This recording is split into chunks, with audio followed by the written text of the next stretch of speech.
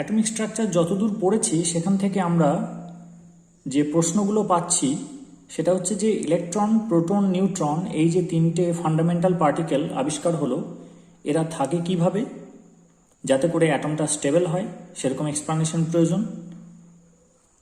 আরেকটা হচ্ছে line Spectra কিভাবে আসছে, কন্টিনিউয়াস স্পেকট্রাম না এসে লাইন স্পেকট্রাম কিভাবে আসছে আর স্পেকট্রামটা আসছেই কিভাবে, এটা একটা। আর যেহেতু সমস্ত লাইন স্পেকট্রাকে এক্সপ্লানেশন দিতে পারে সঠিকভাবে, অ্যাকুরেটলি এক্সপ্লেন করতে পারে রিডবার্গ ইকুয়েশন, যেটা এরকম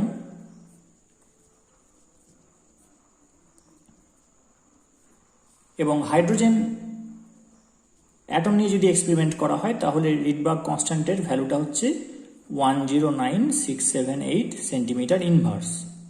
আর অন্যান্য অ্যাটম নিলে রিডবার্গ কনস্ট্যান্টের ভ্যালুটা পাল্টে যাবে, সেটা আমি দেখাবো নেক্সট ভিডিওতে।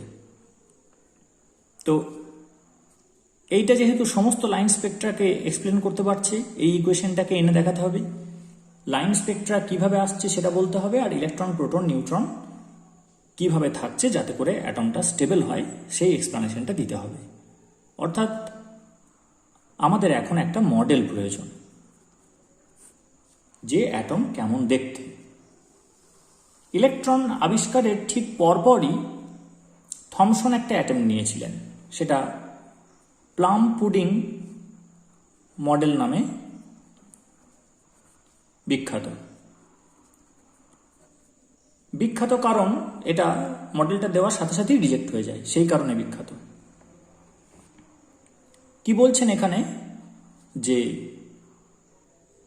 ইলেকট্রনগুলো হচ্ছে অ্যাজ ইফ যেন প্লাম, অর্থাৎ এক ধরনের ফল, ছোট্ট ওই জামের মতো ফল, আর একটা পজিটিভ ফিল্ডের মধ্যে সেটা গাঁথা রয়েছে। এন্টায়ার ফিল্ডটা পজিটিভ, তার মধ্যে ইলেকট্রন, নেগেটিভলি চার্জ পার্টিকেলগুলো এর মধ্যে গাঁথা রয়েছে।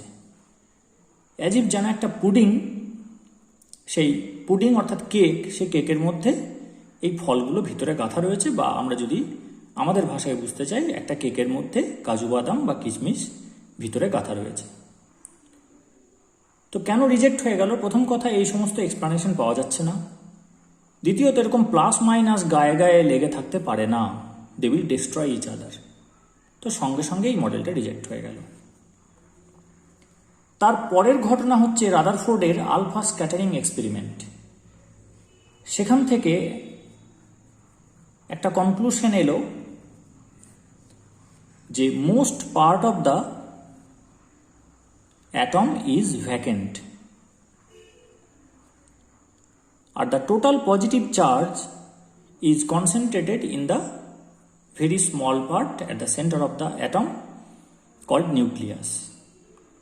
তাহলে অ্যাটমের বেশিরভাগ জায়গায় ফাঁকা, আর টোটাল পজিটিভ চার্জ এবং বেশিরভাগ ভরটা কেন্দ্রে ঘনীভূত অবস্থায় রয়েছে, যার নাম নিউক্লিয়াস। আর এই অংশটা এক্সট্রা নিউক্লিয়ার পার্ট, গোটাটা মিলিয়ে হচ্ছে অ্যাটম। উনি আলফা স্ক্যাটারিং এক্সপেরিমেন্ট থেকে প্রেডিক্ট করলেন যে নিউক্লিয়াসের ডায়ামিটার বা রেডিয়াস হচ্ছে 1,00,000 গুণ ছোট। এবার রেডিয়াস অফ অ্যাটম, পরমাণুর ব্যাসার্ধ হয় of the order of angstrom, অর্থাৎ 10⁻⁻8 সেন্টিমিটার। তাহলে নিউক্লিয়াসের কি হবে? নিউক্লিয়াস ওর থেকে 1,00,000 গুণ ছোট, তাহলে আমরা 10⁵ দিয়ে ভাগ করব, তাহলে এটা আসবে 10⁻⁻13 সেন্টিমিটার। এখানে একটা হোমওয়ার্ক দিচ্ছি আমি, খুব ইন্টারেস্টিং, এটা সলভ করে কমেন্ট সেকশনে পোস্ট করবি।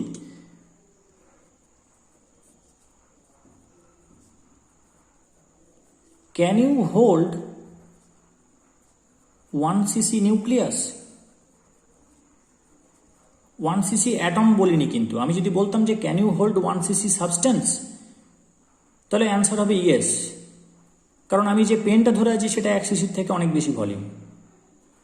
আমি 1 cc লোহাকে হাতে ধরতে পারবো, আমি 1 cc কার্বন হাতে ধরতে পারবো, কিন্তু এখানে সাবস্টেন্স বা অ্যাটম বা মলিকুলার কথা বলা হয়নি, নিউক্লিয়াস বলা হয়েছে। অর্থাৎ যে 1 সিসি ভলিউমটার কথা বলা হচ্ছে, that will be fully packed with nucleus only, and not the vacant space. That is, you must avoid taking atoms. You will take only nucleus and pack it. So can you hold 1 cc nucleus? This is the question. Try to find out.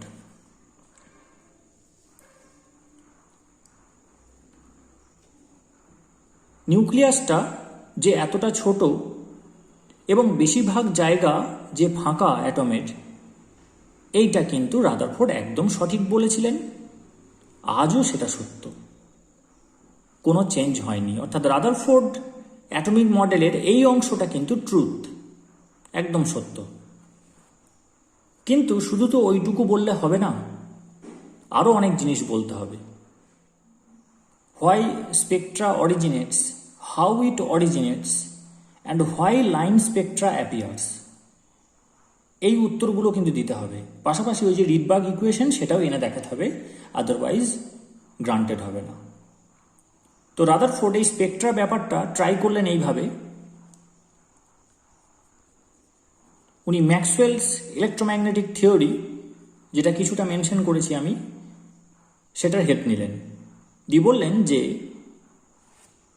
এখানে ইলেকট্রনটা ঘুরছে এই নিউক্লিয়াসের চারপাশে। যেহেতু এটা একটা circular path, এখানে যদি সেম ভেলোসিটি নিয়েও ঘোরে, যেহেতু ডিরেকশন চেঞ্জ হচ্ছে, অ্যাক্সেলারেশন তৈরি হবে। আর as per Maxwell's electromagnetic theory, accelerating charged particle can emit electromagnetic radiation. এটাকে উনি বললেন যে এইভাবে ও দিতে পারে ইলেকট্রোম্যাগনেটিক রেডিয়েশন, এইভাবে এমিট করতে পারে। কিন্তু এখানে একটা সমস্যা দেখা দিল। যদি আমি ধরে নিই যে ইলেকট্রন এই ঘুরতে ঘুরতে, যেহেতু ওর অ্যাক্সেলারেশন হচ্ছে ডিরেকশন চেঞ্জের জন্য, তাই ইলেকট্রোম্যাগনেটিক রেডিয়েশন ও ছাড়ছে, তাহলে ও তো দুর্বল হয়ে পড়বে, শক্তি কমে যাবে। শক্তি কমে গেলে ও নিউক্লিয়াসের কাছে এসে পড়বে। কেন না, নিউক্লিয়াসের কাছে আসা মানে ও স্টেবল, যেহেতু ওটা নেগেটিভলি চার্জড পার্টিকেল, আর নিউক্লিয়াস থেকে দূরে যাওয়া মানে unstable. More the proximity between two oppositely charged particles, less will be the energy, and as it moves away from the positively charged particle, the energy is to be increased or energy increases. তাহলে যত কাছে আসবে তত শক্তি কমছে। এবার যেহেতু ও আলো ছেড়ে দিচ্ছে, তাহলে ওর শক্তি কমার কথা, তাহলে কাছে চলে আসবে। তাহলে এই সার্কুলার পাথটার পরিবর্তে ও একটা স্পাইরাল পথ নেবে।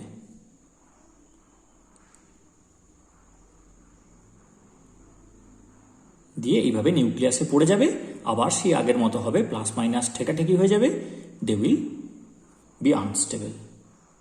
তাহলে এর ব্যাখ্যাটা এখান থেকে এলো না। কিন্তু উনি ইমপ্রুভ করলেন থমসনের থেকে। থমসন বলেছিলেন যে পুডিংয়ের মধ্যে প্লাম যেমন গাঁথা আছে, সেরকম পজিটিভ ফিল্ডের মধ্যে গাঁথা আছে ইলেকট্রন। ইনি সেখান থেকে বেরিয়ে এসে বললেন যে ইলেকট্রনটা ওই রকমভাবে গাঁথা থাকলে আনস্টেবল হয়ে যাবে, যেটা হচ্ছে এখানে, যে ইলেকট্রনটা নিউক্লিয়াসের চারপাশে ঘুরছে। ঘোরার ফলে যখন একটা পার্টিকেল একটা সার্কুলার অরবিটে ঘোরে, তখন তার বাইরের দিকে বেরিয়ে যাওয়ার একটা টেন্ডেন্সি তৈরি হয়, একটা ফোর্স কাজ করে, সেটা হচ্ছে সেন্ট্রিফিউগাল ফোর্স। এটা সেন্ট্রিফিউগাল ফোর্স। আর এটা প্লাস এবং এটা মাইনাস, তাহলে oppositely charge particles will attract each other. ফলে ভিতর দিকে একটা সেন্ট্রিপিটাল ফোর্স কাজ করছে, সেটা কিসের জন্য? Due to Coulombic electrostatic force of attraction. এই দুটো ফোর্স একে অপরকে ব্যালেন্স করছে। সার্কুলার পাথে ঘোরার জন্য সেন্ট্রিফিউগাল ফোর্স, যেহেতু ওর মাস আছে, ভেলোসিটি আছে, একটা রেডিয়াসে ঘুরছে, সেন্ট্রিফিউগাল ফোর্স আসছে। যেটা বাইরের দিকে কাজ করছে, আর plus minus opposite charge, they are attracting each other, that is creating centripetal force. এই দুটো ব্যালেন্স করছে বলে ইলেকট্রনটা কিন্তু স্টেবল ঘুরছে, যেটা থমসনের যে ভুলটা হয়েছিল সেখান থেকে বাঁচিয়ে দিল একে। এটা একটা মেজর ইমপ্রুভমেন্ট। কিন্তু লাইন স্পেকট্রা ব্যাখ্যা দিতে গিয়ে ধরাশায়ী হয়ে গেলেন। লাইন স্পেকট্রা ব্যাখ্যা দিতে গিয়ে উনি বলছেন যে ম্যাক্সওয়েলের থিওরি অনুযায়ী accelerating charge particle will emit electromagnetic radiation. এবার যদি ও রেডিয়েশন ছাড়তে থাকে ওর শক্তি কমে যাবে। শক্তি কমে গেলে একমাত্র উপায় যে নিউক্লিয়াসের কাছে চলে আসা, কারণ নিউক্লিয়াসের কাছে এলেই স্টেবল হবে। স্টেবল হলে এনার্জি কমবে, অর্থাৎ বাকি এনার্জিটাও ছেড়ে দিচ্ছে রেডিয়েশনের ফর্মে। তাহলে এরকম সার্কুলার পাথে ঘোরার পরিবর্তেও একটা স্পাইরাল পাথে ঘুরে এখানে ফল করে যাবে। আর স্পাইরাল পাথে ঘুরলে ও সব ধরনের রেডিয়াস এনজয় করছে, তাহলে সব ধরনের ইলেকট্রোম্যাগনেটিক রেডিয়েশন ওর ছাড়া উচিত। তাহলে কন্টিনিউয়াস স্পেকট্রাম দেওয়া উচিত যদি এইভাবে দেয়ও। কিন্তু এখানে দুটো সমস্যা, এক হচ্ছে কন্টিনিউয়াস স্পেকট্রাম পাওয়া যায় না, পাওয়া যায় লাইন স্পেকট্রাম। আর একটা হচ্ছে এতে তো নিউক্লিয়াসে ফল করে যাচ্ছে ইলেকট্রনটা, so this atom will be unstable.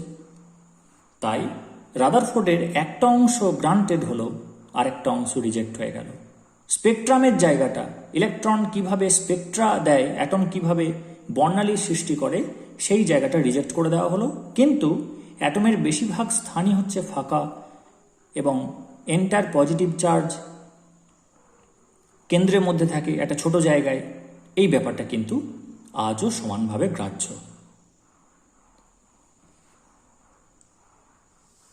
এরপর যিনি মডেল দেবেন তাকে তাহলে কি করতে হবে? একটাই ব্যাখ্যার ওপর জোর দিতে হবে, সেটা হচ্ছে যে পজিশনটা বলার দরকার নেই, ইলেকট্রন বাইরে ঘুরছে, কেমন করে ঘুরছে সেটা বলতে হবে। কারণ রাদারফোর্ড যেভাবে ঘোরার কথা বলেছেন তাতে একটা দিক সামাল দেওয়া গেছে, যে প্লাস মাইনাস অ্যাট্রাকশন এবং সেন্ট্রিফিউগাল ফোর্স ব্যালেন্স করে এটাকে টিকিয়ে রাখছে ঘোরাটা, এইভাবে স্টেবিলিটি পাচ্ছে। কিন্তু লাইন স্পেকট্রা দিতে গিয়ে আবার নষ্ট হয়ে যাচ্ছে অ্যাটমটা। তো এইটার ব্যাখ্যা দিতে হবে যে কিভাবে ঘুরলে লাইন স্পেকট্রাও দেওয়া যাবে, আবার আনস্টেবলও হবে না। আরেকটা হচ্ছে রিডবার্গ ইকুয়েশনকে এনে দেখাতে হবে। এটা ফার্স্ট সাকসেসফুল হলেন নিলস বোর। ওনার যে থিওরিটা সেটা উনি পস্টুলেটে ভাগ করে দিয়েছেন। প্রথম স্বীকার্যতে উনি বলছেন ইলেকট্রনগুলি নিউক্লিয়াসকে কেন্দ্র করে কেবলমাত্র কতকগুলি নির্দিষ্ট ব্যাসার্ধের বৃত্তাকার কক্ষপথেই আবর্তন করে। Electrons are not allowed to move in any arbitrary orbits. Rather, only certain definite orbits are allowed where its angular momentum is integral multiple of h/2π. শুধুমাত্র সেই কক্ষপথগুলিতেই ইলেকট্রন ঘুরতে পারবে যেখানে তার কৌণিক ভরবেগের মান হবে h/2π এর সরল গুণিতক।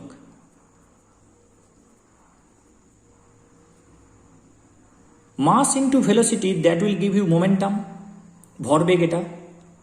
আর যদি কোনো বস্তু একটা বৃত্তাকার পথে ঘোরে তখন তার ভরবেগও থাকে, যেটা রৈখিক ভরবেগ, লিনিয়ার মোমেন্টাম। আর তাকে যদি রেডিয়াস দিয়ে গুণ করা হয়, যে রেডিয়াসে ওটা ঘুরছে, তখন সেটা হয়ে যাবে অ্যাঙ্গুলার মোমেন্টাম, কৌণিক ভরবেগ। সেটা বলা হচ্ছে h/2π এর সরল গুণিতক, অর্থাৎ n টাইমস h/2π। হয় 1 ইন্টু h/2π হবে, অথবা 2 ইন্টু h/2π হবে, অথবা 3 ইন্টু h/2π হবে, কিন্তু 2.7 হবে না, 3.1 হবে না। অর্থাৎ কোয়ান্টামের বিষয়টা এখানেই অরিজিনেট করলো। বোরকে জিজ্ঞাসা করা হলো এটা কিভাবে বলতে পারছেন? উনি বলছেন আমি জানি না। তাহলে দিলেন কেন? উনি বললেন না দিলে আসছে না। কি আসছে না? রিডবার্গ ইকুয়েশন আসছে না। রিডবার্গ ইকুয়েশনটা আসতেই হবে। রিডবার্গ ইকুয়েশনটা আসতেই হবে কারণ অ্যাটমের যে বিভিন্ন ধরনের spectra, Lyman, Balmer, Paschen, Brackett, Pfund, Humphrey, যেগুলো আলোচনা হয়েছে, তার প্রতিটির position in terms of wave number accurately explain করে দিতে পারছে রিডবার্গ ইকুয়েশন। তাহলে নিশ্চয়ই অ্যাটমের ক্যারেক্টারিস্টিক এর মধ্যে লুকিয়ে আছে। তাহলে ওইটাতে পৌঁছাতেই হবে, তার জন্য যা খুশি ধরে নিয়ে এগোই তাতেও হবে। তাহলে বোর কিন্তু ট্রায়াল অ্যান্ড এরর মেথড চালিয়েছিলেন, প্রথমেই যেটা পেয়েছেন তা নয়, এবং এটার ব্যাখ্যা উনি দিতে পারেননি, এটার ব্যাখ্যা এসছে অনেক পরে। কিন্তু ওনার এই কোয়ান্টামের যে কনসেপ্ট, এটা কিন্তু উনি ডিফেন্ড করতে পেরেছেন ভালোভাবে, সেটা এই লোয়ার ক্লাসে বলা হয় না, অনার্সে গিয়ে ডিটেলসে বলা হয়। তো এইটা হলো একটা বিষয়। তাতে কি পেলাম আমরা? যা খুশি তাই করে ঘুরে বেড়াবে এমনটা হবে না, কিছু ডেফিনিট অরবিট আছে, সেটা আমরা এখান থেকে বুঝতে পারলাম। দ্বিতীয়, উনি বলছেন যে ম্যাক্সওয়েলের থিওরি ভুল নয়, কিন্তু সামহাও এটা ইলেকট্রনের ক্ষেত্রে অ্যাপ্লিকেবল নয়। ঘুরতে ঘুরতে আলো ছাড়ে, it emits electromagnetic radiation while revolving, এটা ট্রু নয়। নিউক্লিয়াসের চারপাশে ইলেকট্রন ঘুরে একটা অরবিট তৈরি করে, যেটা স্টেশনারি অরবিট, যেটা সুস্থির, ডেফিনিট। এবং এখানে ঘোরাকালীন, ডিউরিং রিভলভিং, ইট নাইদার এমিটস ইলেকট্রোম্যাগনেটিক রেডিয়েশন নর অ্যাবজর্বস ইলেকট্রোম্যাগনেটিক রেডিয়েশন। যতক্ষণ ঘুরবে ততক্ষণ কোনো রেডিয়েশনও ছাড়বে না, কোনো রেডিয়েশনও নেবে না। এরকম অনেকগুলো লেভেল আছে, এটা গোলটা কমপ্লিট করতে হবে। এটা n = 1, এটা n = 2, এটা n = 3, তারপর n = 4, KL MN এদের নাম, এবং এটা হচ্ছে প্রিন্সিপাল কোয়ান্টাম নাম্বার, এনটা মুখ্য কোয়ান্টাম সংখ্যা। কাকে রিপ্রেজেন্ট করছে? এটা অরবিটকে রিপ্রেজেন্ট করছে, যে অরবিটে ইলেকট্রন ঘুরছে নিউক্লিয়াসের চারপাশে। থার্ড পস্টুলেটে উনি বলছেন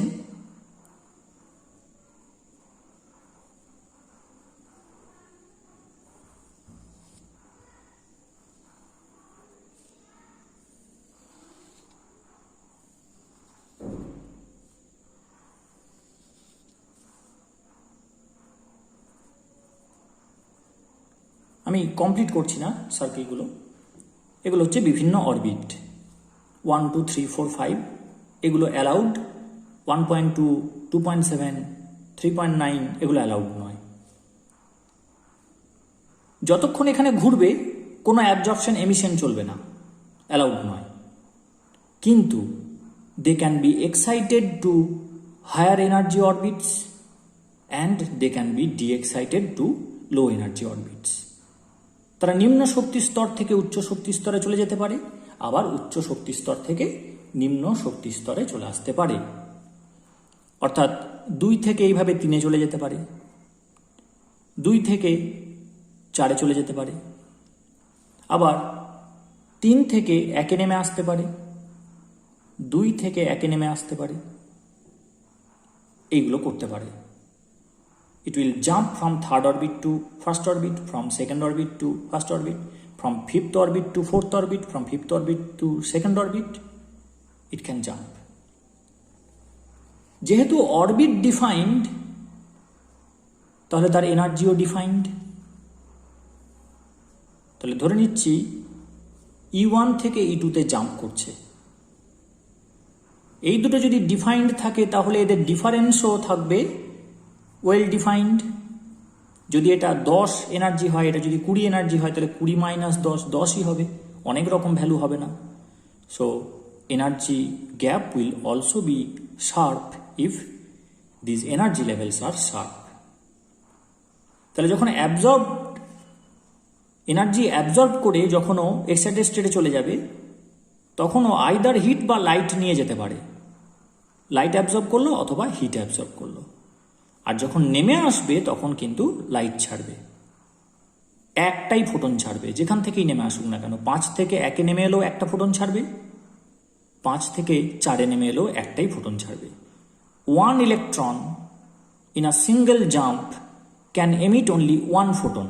অর্থাৎ এক্সেস এনার্জিটা E2-তে বেশি এনার্জি আছে, E1-এ কম এনার্জি আছে, ঝাঁপাবার সময় এক্সেস এনার্জিটাকে প্যাকেটে ভরে বার করে দিল, একটা ফোটন বেরিয়ে এলো। এবার যদি গ্যাপ বেশি হয়, ফোটনটার এনার্জি বেশি হবে, গ্যাপ যদি কম হয়, ফোটনটা যেটা বেরিয়ে এলো তার এনার্জি কম হবে। So it is equals to h nu as per Planck's law.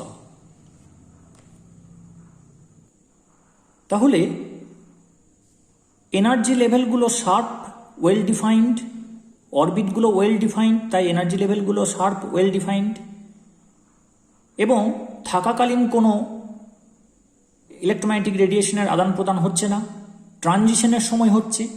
Transition যখন হবে তখন এনার্জি গ্যাপটাও ফিক্সড হবে, তাহলে নিউটাও ফিক্সড হবে।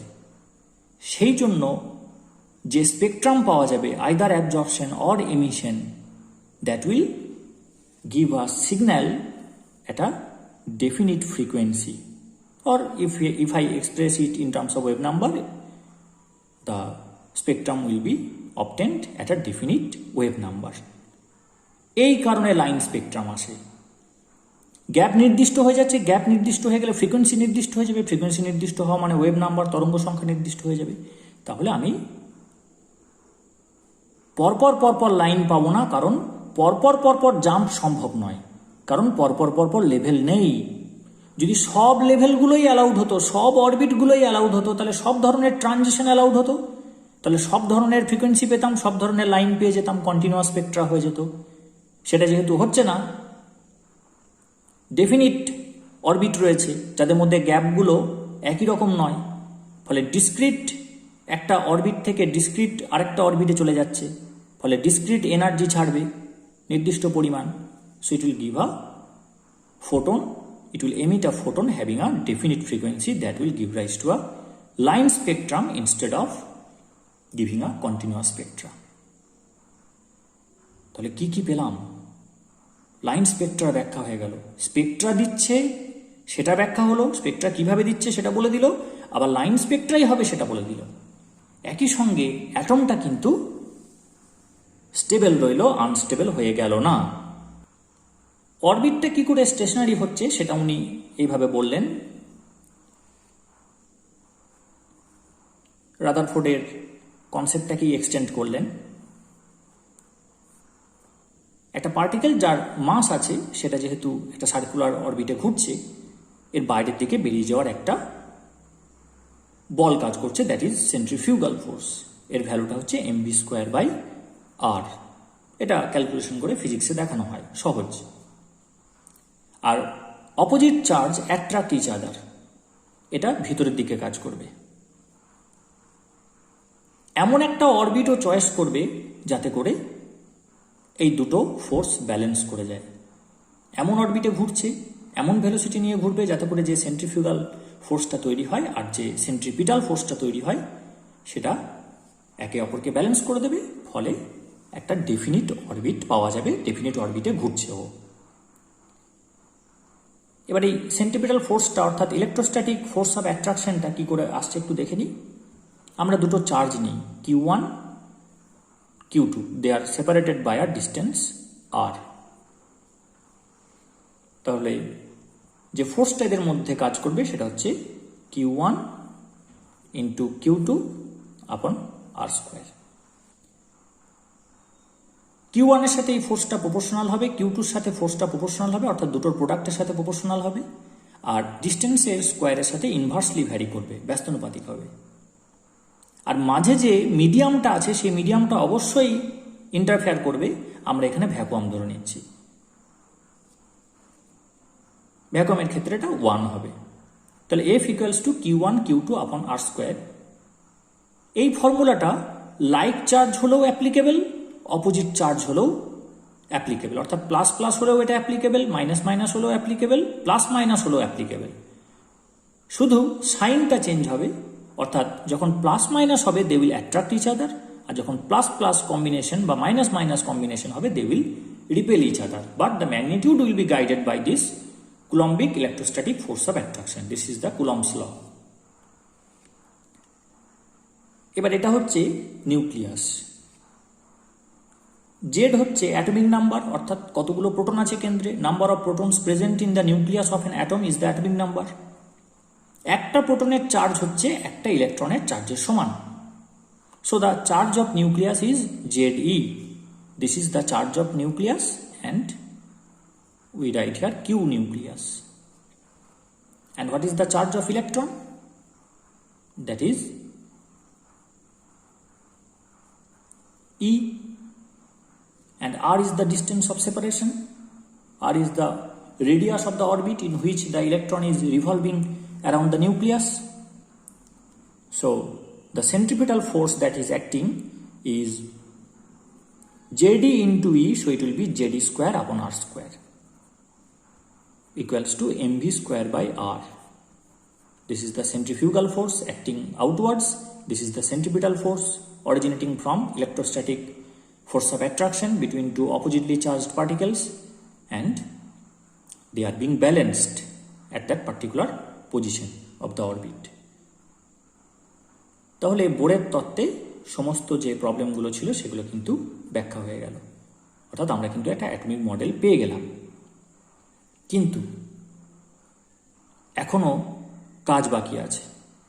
কাজ বাকি বলতে কি, যখনই এই রেডিয়াসের কথা হচ্ছে তখন বিজ্ঞানীরা চাইবে, বা যারা বিজ্ঞান মনস্ক তারা চাইবে রেডিয়াসের ভ্যালু কত। তুমি যদি রেডিয়াস আছে বলো, একটা ডেফিনিট অরবিটে ঘুরছে বলো, তাহলেই জানতে চাইবে কত দূরত্বে ঘুরছে। তুমি যদি বলো যে একটা বেগ নিয়ে ঘুরছে, দেন হোয়াট ইজ দ্য ভেলোসিটি, এই কোশ্চেনগুলো আসছে, তাহলে সেটা বের করতে হবে। আরেকটা যেটা মেন, যেটা এখনো সন্দেহের তালিকায় যে কারণে রাখা হচ্ছে, সেটা হচ্ছে এখনো কিন্তু রিডবার্গ ইকুয়েশন পাইনি। যেভাবে দিক না কেন রিডবার্গ ইকুয়েশন আমাকে এনে দেখাতেই হবে, কারণ ওটাই হচ্ছে অ্যাটমের ক্যারেক্টারিস্টিক। তো রিডবার্গ ইকুয়েশন আমরা আজকের এই ভিডিওটাতে আসবো না, ওটা নেক্সট ভিডিওতে আসবো। আপাতত আমরা যে এই যে কথা দুটো বলছি, যে ভেলোসিটি আছে, রেডিয়াস আছে, এই দুটো আমরা এখানে বের করে নেব। তাহলে আমাদের হাতে এখন দুটো অস্ত্র, একটা হচ্ছে mvr equals to nh/2π,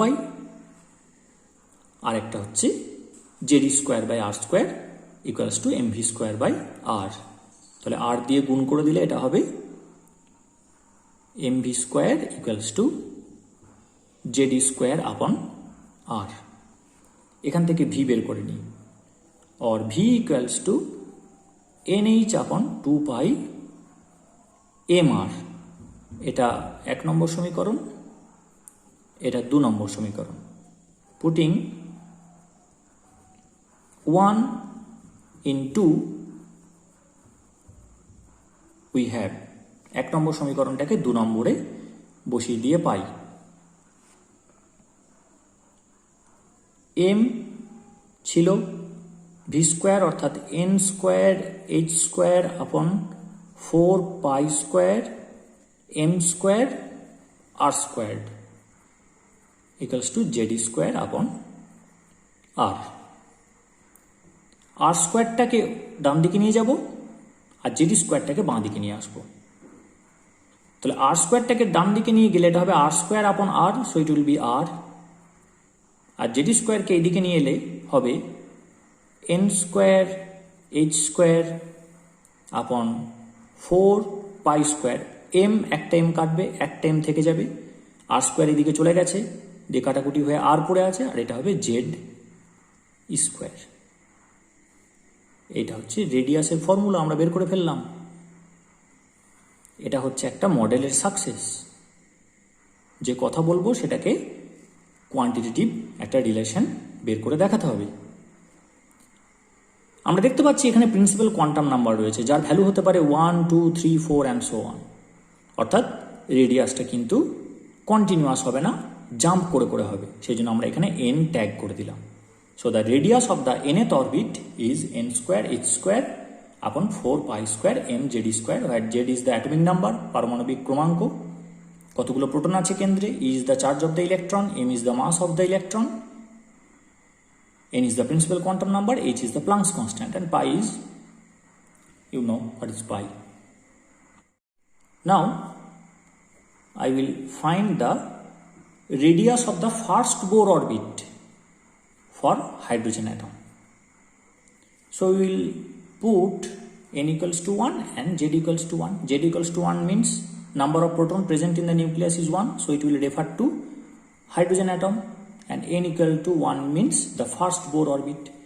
So the radius of the first Bohr orbit of hydrogen atom, that will be n square, so it will be 1 square h squared 4π squared m, z is 1 and it is square. So it will be h squared upon 4 pi squared m square. This is the expression of radius of first Bohr orbit of hydrogen atom. Now we have to put the values. H means 6.626, it is squared, so we have a square here, into 10 to the minus 27, so it will be 10 to the minus 54 since we have squared here. 4 pi square, so 4 into 22 squared, here it will be 49, it is 22 by 7. Mass of electron 9.11 into 10 to the power minus 28 gram, into charge of electron 4.8, it is squared, into 10 to the minus 10, so it will be 10 to the minus 20. এখানে CGS unity সব বসাচ্ছি কারণ এখানে আরও একটা বিষয় আছে, সেটা হচ্ছে ডাইইলেকট্রিক কনস্ট্যান্ট অর্থাৎ permittivity of the medium. Plus এবং মাইনাসের মাঝে যে মিডিয়ামটা আছে সেটা এই অ্যাট্রাকশনে ইন্টারফেয়ার করবে, তো সেইটা সিজিএস সিস্টেমে হয় 1, এবং এটাই ওই এর যে আর্গ আছে আর এর যে ইএসইউ আছে সেই দুটোকে অ্যাডজাস্ট করবে, ওর ম্যাগনিটিউড 1 আর এককটা দিয়ে এটাকে অ্যাডজাস্ট করবে। তাহলে এটা ক্যালকুলেট করব কিভাবে, আমি শুধু এইগুলোকে এক জায়গায় নিয়ে আসি। 6.626 squared into 49 upon 4 into 22 squared into 9.11 into 4.8 squared, আর এটা 10 টু দি পাওয়ার মাইনাস 54, এটা মাইনাস 48 ওপরে যাচ্ছে প্লাস 48, তাহলে 10 টু দি পাওয়ার মাইনাস 6। এবার এইটা কত আসছে সেটা ক্যালকুলেটারে দেখে নিই।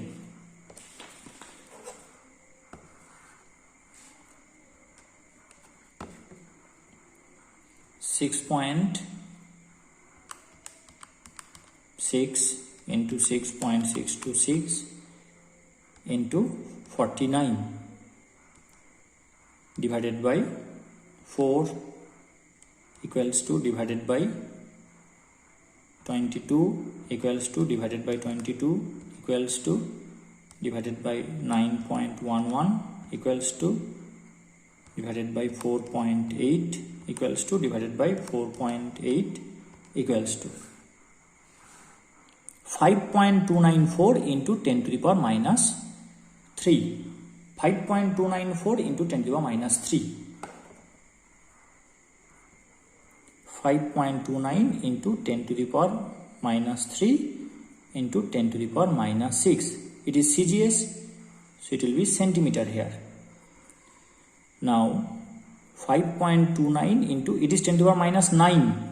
So I write it as 10 to the power minus 1 into 10 to the power minus 8 centimeter, or radius of the first Bohr orbit of hydrogen atom, it will be 10 to the minus 1 into 5.29, তাহলে এটা হবে 0.529, আর এটা মানে angstrom. আমরা hydrogen পরমাণুর প্রথম bore কক্ষের অর্থাৎ প্রথম কক্ষের রেডিয়াসটা পেয়ে গেলাম। বোরের তত্ত্বে প্রচুর ভুল আছে, কিন্তু ইনি যে প্রথম ব্যাখ্যা দিতে পারলেন একটা স্টেবল অ্যাটমের, এটা কিন্তু একটা বিরাট অ্যাচিভমেন্ট। এবং পরে যে আধুনিক মডেল এসছে, যেটা কোয়ান্টাম মেকানিক্যাল মডেল, যেটার মধ্যে এর যে ত্রুটি সেই ত্রুটিগুলোকে সংশোধন করা হয়েছে, তাতেও কিন্তু হাইড্রোজেনের যে রেডিয়াস, হাইড্রোজেনের ফার্স্ট বোর অরবিটের যে রেডিয়াস, সেটা কিন্তু এটাই পাওয়া যায়। অর্থাৎ কতটা অ্যাকুরেট ছিল তার প্রেডিকশন। উনি ভুল করেছেন কারণ অনেক জিনিস উনি ধরতে পারেননি। এটা ভাবলে হবে না, এটা ভাবতে হবে যে এটা উনি প্রথম ধরেছিলেন বিষয়টা যেইভাবে হয়, তারপর আস্তে আস্তে ত্রুটিগুলোকে সংশোধন করে একটা অ্যাকুরেট জায়গাতে নিয়ে যাওয়া হয়েছে এখন। কিন্তু তাতেও কোনটা চেঞ্জ হয়নি, একদিকে যেমন রাদারফোর্ডের ওই কনসেপ্টটা চেঞ্জ হয়নি যে অ্যাটমের বেশিরভাগ স্থানই হচ্ছে ফাঁকা, সেরকম এটাও চেঞ্জ হয়নি যে রেডিয়াসটা এখানেই থাকছে। একটা ত্রুটির কথা এখনই বলবো, সেটা হচ্ছে যে বোরস থিওরি সেটা সিঙ্গেল ইলেকট্রন সিস্টেমের জন্য valid, is valid for single electron system.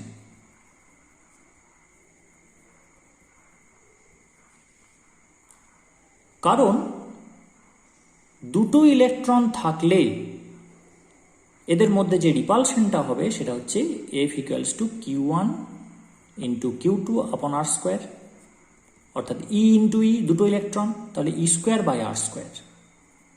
এরকম কোনো এক্সপ্রেশন নিয়ে কিন্তু বোর ডিল করেনি, আমিও ডিল করলাম না, অর্থাৎ বোর করেননি বলেই আমি সেখান থেকে দেখে করলাম না। তাহলে যেহেতু এই ইকুয়েশন নিয়ে ডিল করা হয়নি, তাই দুটো ইলেকট্রনের মধ্যে যে রিপালশন হবে সেটা ধরা নেই। দুটো ইলেকট্রনের মধ্যে রিপালশন যদি না ধরা থাকে, আমি দুটো ইলেকট্রন আছে এমন সিস্টেমে বোরের থিওরি অ্যাপ্লাই করতে পারবো না, দ্যাট উইল গিভ এরোনিয়াস রেজাল্টস। তাহলে কি শুধু হাইড্রোজেন অ্যাটমের জন্য বোরের থিওরি ভ্যালিড? শুধু হাইড্রোজেন বলবো না, হাইড্রোজেন এবং হাইড্রোজেন লাইক সিস্টেম, অর্থাৎ হাইড্রোজেন হবে কারণ এখানে একটা ইলেকট্রন আছে, হিলিয়াম হবে না কারণ দুটো ইলেকট্রন আছে, কিন্তু হিলিয়াম যদি প্লাস নিই তাহলে এখানে 2-1 অর্থাৎ একটা ইলেকট্রন আছে, এখানে হবে। যদি লিথিয়াম নিই হবে না কারণ তিনটে ইলেকট্রন আছে, লিথিয়াম প্লাস নিই তাহলেও হবে না কারণ এখানে দুটো ইলেকট্রন আছে। যদি লিথিয়াম 3+ নিই, 2+ নিই তাহলে হবে, কারণ লিথিয়ামে তিনটে ইলেকট্রন, তিনটে থেকে দুটো বাদ গেলে একটা ইলেকট্রন পড়ে থাকছে, তখন হবে। আবার লিথিয়াম 3+ হবে না কারণ একটা ইলেকট্রনও নেই। সুতরাং হাইড্রোজেন এবং hydrogen like system, single electron system, He+ আছে, Li2+ আছে, এদের ক্ষেত্রে বোরের থিওরি অ্যাপ্লাই করা যাবে। তো আমরা তো একটা অরবিটের রেডিয়াস বার করলাম, ফার্স্ট অরবিটের। আমি হাইড্রোজেনের বাকিগুলো পাবো কী করে, বাকি অরবিটের রেডিয়াসগুলো পাবো কী করে? সেক্ষেত্রে কি আবার এরকম এই কঠিন অঙ্কটা কষতে হবে? না, একটা শর্টকাট করে দিচ্ছি। কীরকম না, রেডিয়াসের এক্সপ্রেশনটা আরেকবার লিখে ফেলা যাক। Rn equals to n² h² আপন 4π² mz²। এইটাকে একটু কায়দা করে লিখব। এখানে লিখব 1² ইন্টু h² আপন 4π² m, এটা 1 ইন্টু e² ইন্টু n² আপন জেড, একই থাকছে। n²টা এখান থেকে কমন নিয়েছি, কিন্তু এখানে 1² লিখেছি, এটা একটা ট্রিক। এখানে জেডটা কমন নিয়েছি, কিন্তু এখানে 1 লিখেছি। তাহলে এই প্রথম এক্সপ্রেশনটা কি রিপ্রেজেন্ট করছে? অ্যাজ ইফ যেন এখানে n এর মান 1 বসানো হয়েছে আর এখানে জেড এর মান 1 বসানো হয়েছে। n এর মান 1 মানে হচ্ছে এক্সপ্রেশনটা তো রেডিয়াসের expression, so it is r. n এর মান 1 বসানো হয়েছে মানে R1, আর জেড এর মান 1 বসানো হয়েছে মানে হাইড্রোজেন। এইটা ইন্টু n² আপন জেড। তাহলে এটা একটা পাওয়ারফুল টুল। আমরা যদি হাইড্রোজেনের ফার্স্ট বোর অরবিটের রেডিয়াস জানি, যেটা একটু আগে বের করলাম 0.529 অ্যাংস্ট্রম, এটা, তাহলে এখান থেকে আমরা যে কোনো অ্যাটমের যে কোনো অরবিটের আমরা রেডিয়াস বের করে ফেলতে পারবো। এখানে আমরা এটা বসিয়ে দেবো 0.529 অ্যাংস্ট্রম। এবার যদি আমাকে হাইড্রোজেনেরই অন্য অরবিট বের করতে বলে, তাহলে জেডের মান 1 বসাবো, দিয়ে এনের মান 2 বসালে 2-এরটা বেরিয়ে যাবে, এনের মান 3 বসালে 3-এরটা বেরিয়ে যাবে। আর যদি হিলিয়ামের বের করতে বলে, হিলিয়াম প্লাসের, যদি হিলিয়াম বলে তাহলে বলবো যে আমি বের করতে পারবো না, কারণ সেখানে দুটো ইলেকট্রন আছে, বোরের থিওরি সেখানে অ্যাপ্লিকেবল নয়। কিন্তু যদি হিলিয়াম প্লাস বলে, লিথিয়াম 2+ বলে, তখন কি হবে? হিলিয়ামে কটা প্রোটন আছে? দুটো, তাহলে এখানে 2 বসবে, এটা জেড, এটা 2 বসবে, আর যে অরবিটের চাইছি। তাহলে এই ফর্মুলার সাহায্যে যে কোনো অ্যাটমের, অবশ্যই সেটা হাইড্রোজেন লাইক সিস্টেম হতে হবে, যে কোনো স্পিসিজের যে কোনো অরবিটের রেডিয়াস আমি বের করে ফেলতে পারবো। প্রোভাইডেড যে কোনো অরবিট বলেছে সেই অরবিটটা বসাতে হবে n স্কোয়ার, আর যে অ্যাটমটা চাইছে, যে স্পিসিসটা চাইছে তার অ্যাটমিক নাম্বারটা বসাতে হবে, তাহলেই আমি এটা পেয়ে যাব। যদি হাইড্রোজেনের R2 বের করতে চাই তাহলে আমি এখানে 0.529 অ্যাংস্ট্রম এটা যেমন আছে থাকলো। হাইড্রোজেনের বের করছি তাহলে তলায় 1, জেডের মান 1 বসলো, আর 2 নম্বর তাহলে 2 স্কোয়ার্ড মানে এটা 4 গুণ হয়ে যাবে। তাহলে প্রথম অরবিটের যে রেডিয়াস তার কিন্তু 4 টাইমস এটা বড়।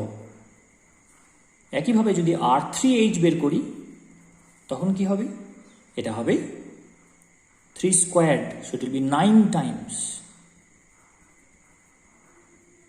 ঝাঁপিয়ে ঝাঁপিয়ে রেডিয়াসটা বাড়ছে। যদি আমাকে বলে RLi প্লাস বের করো, আমি বলবো আমি পারবো না, কারণ এখানে দুটো ইলেকট্রন আছে, বোরের থিওরি অ্যাপ্লিকেবল নয়, শুধু লিথিয়াম পারবো না।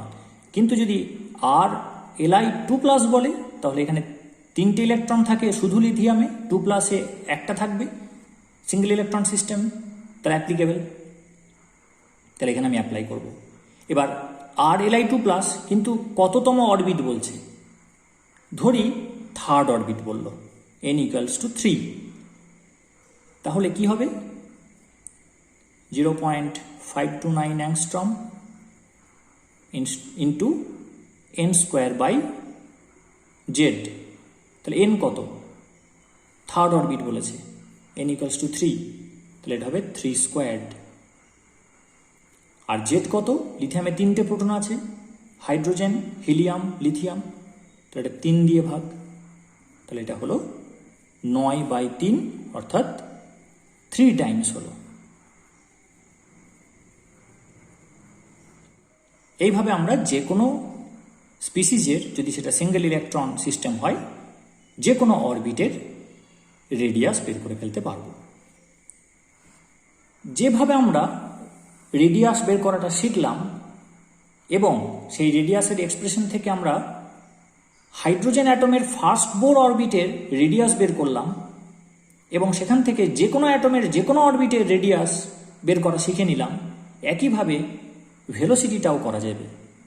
প্রথমে আমাকে velocity of the electron in the nth orbit সেটার এক্সপ্রেশনটা বের করতে হবে, তারপর v1h বের করতে হবে, অর্থাৎ হাইড্রোজেন অ্যাটমের ক্ষেত্রে ফার্স্ট বোর অরবিটে কত ভেলোসিটি হবে সেটা বের করতে হবে, তারপর সম্পর্কটা বের করতে হবে vn এর সঙ্গে v1h কিভাবে ভ্যারি করে, যাতে করে এইটা বসিয়ে দেবো, এখানে যে ভ্যালুটা পাবো আমি সেটা এখানে বসিয়ে দেবো, আর এখানে টিউনিং করে অর্থাৎ n এর মান বসিয়ে জেড এর মান বসিয়ে আমি যে কোনো অ্যাটমের, যে কোনো স্পিসিসের, যে কোনো অরবিটের ইলেকট্রনের ভেলোসিটিটা ডিটারমিন করতে পারবো। এটা তাহলে ট্রাই কর, এটা আমি নেক্সট ভিডিওতে বলবো।